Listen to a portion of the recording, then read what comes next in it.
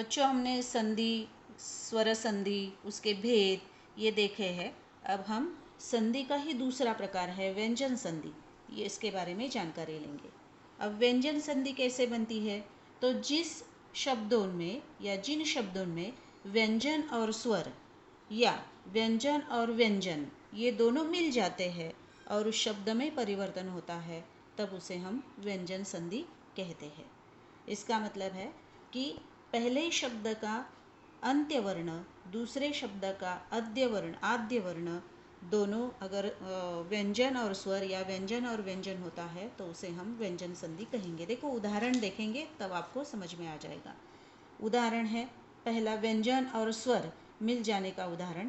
पहला शब्द है चित प्लस आनंद। अब देखो, चित ये व्यंजन है, यहाँ पर अ नहीं मिला है। अगर अ मिल जाता तो पूरा त बन जाता, लेकिन ये त आधा है, इसका मतलब ये व्यंजन ही है। और आनंद में आ ये स्वर आ गया है, तो व्यंजन और स्वर मिल गया है, शब्द बन गया चिदानंद, तो इसके कारण ये हो गया व्यंजन संधि। दूसरा उदाहरण देख लीजिए, दिक और गज। इसमें देखो, क ये व्यंजन है, गज में आपको पता है कि अस्वर आ गया है क्योंकि पूरा ग बन गया है। स्वर और व्यंजन, व्यंजन और स्वर दोनों मिल गया है, दिग्गज ऐसा शब्द यहाँ पर बन गया है। व्यंजन स्वर मिलने के कारण ये भी व्यंजन संधि हो गया। ये पहला उसमें प्रकार है।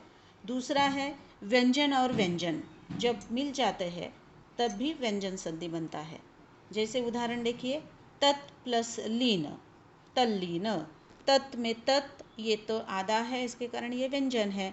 लीन में ल ये पहला व्यंजन आ गया और बाद में ई मिल गए और इसके कारण ल ये भी व्यंजन मिल गया है त में, तो दोनों व्यंजन मिल जाने के कारण ये व्यंजन संधि बन गया। दूसरा उदाहरण देखिए, निर प्लस रोग, निरोग। निर में र ये आधा है, ये व्यंजन है। रोग में र प्लस ओ है, लेकिन र पहले आ गया है व्यंजन, इसके कारण र प्लस र दोनों व्यंजन मिल गए हैं, इसके कारण ये निरोग शब्द व्यंजन संधि का बन गया। व्यंजन संधि में आपको दो बातें ध्यान में रखनी है, एक व्यंजन और स्वर दोनों मिल जाते हैं, या फिर व्यंजन और व्यंजन दोनों मिल जाते हैं और शब्द बनता है। आगे तीसरा प्रकार है संधि का, वो है विसर्ग संधि। विसर्ग से ही पता चलता है कि संधि बनते वक्त विसर्ग पहले शब्द के बाद आता है और बाद में जो दूसरा शब्द होता है उसमें या तो स्वर से शुरू होता है या व्यंजन से शुरू होता है, लेकिन विसर्ग पहले शब्द के बाद आता ही आता है, तो उसे विसर्ग संधि कहते हैं। और विसर्ग जब संधि बनते वक्त उस विसर्ग का क्या होता है, तो कभी स बनता है, कभी श बनता है, कभी श बनता है, कभी र या ओ, ऐसे उसमें परिवर्तन आ जाते हैं। देखो, उदाहरण देखेंगे हम। उदाहरण पहला, निहि प्लस चय, निश्चय। देखो, नी के आगे ये विसर्ग आ गया, इसे विसर्ग कहते हैं, तो ये इस विसर्ग का श बन गया। तो हमने देखा है ना, ऊपर श बनता है, कभी स बनता है, तो यहाँ पर श बन गया निश्चय। दूसरा उदाहरण देखिए, दुह प्लस गति, दुर्गति। र बन गया विसर्ग का, एक देखो यहाँ पर दुह ये विसर्ग आ गया पहले शब्द के आखिर में और इसके कारण ये विसर्ग संधि है। तीसरा उदाहरण, दु प्लस तर। दु के आगे यहाँ पर विसर्ग आ गया है, लेकिन इस विसर्ग का स बन गया, दुस्तर ऐसा शब्द यहाँ पर संधि का बन गया है। चौथा उदाहरण देखो, दुह प्लस परिणाम। यहाँ पर दु के आगे जो विसर्ग आ गया है उसका श बन गया है, दुष्परिणाम ऐसा शब्द बन गया।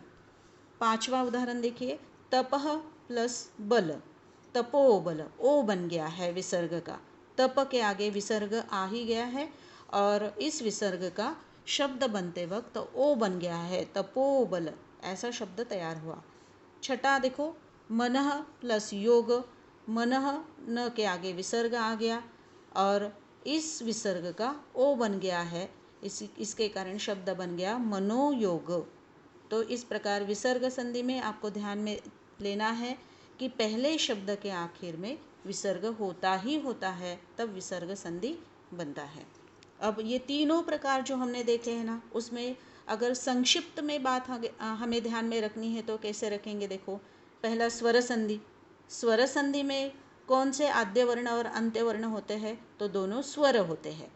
पहले शब्द का आद्य वर्ण अंत्य वर्ण भी स्वर होता है और आद्य वर्ण भी स्वर होता है, तब स्वर संधि बनता है।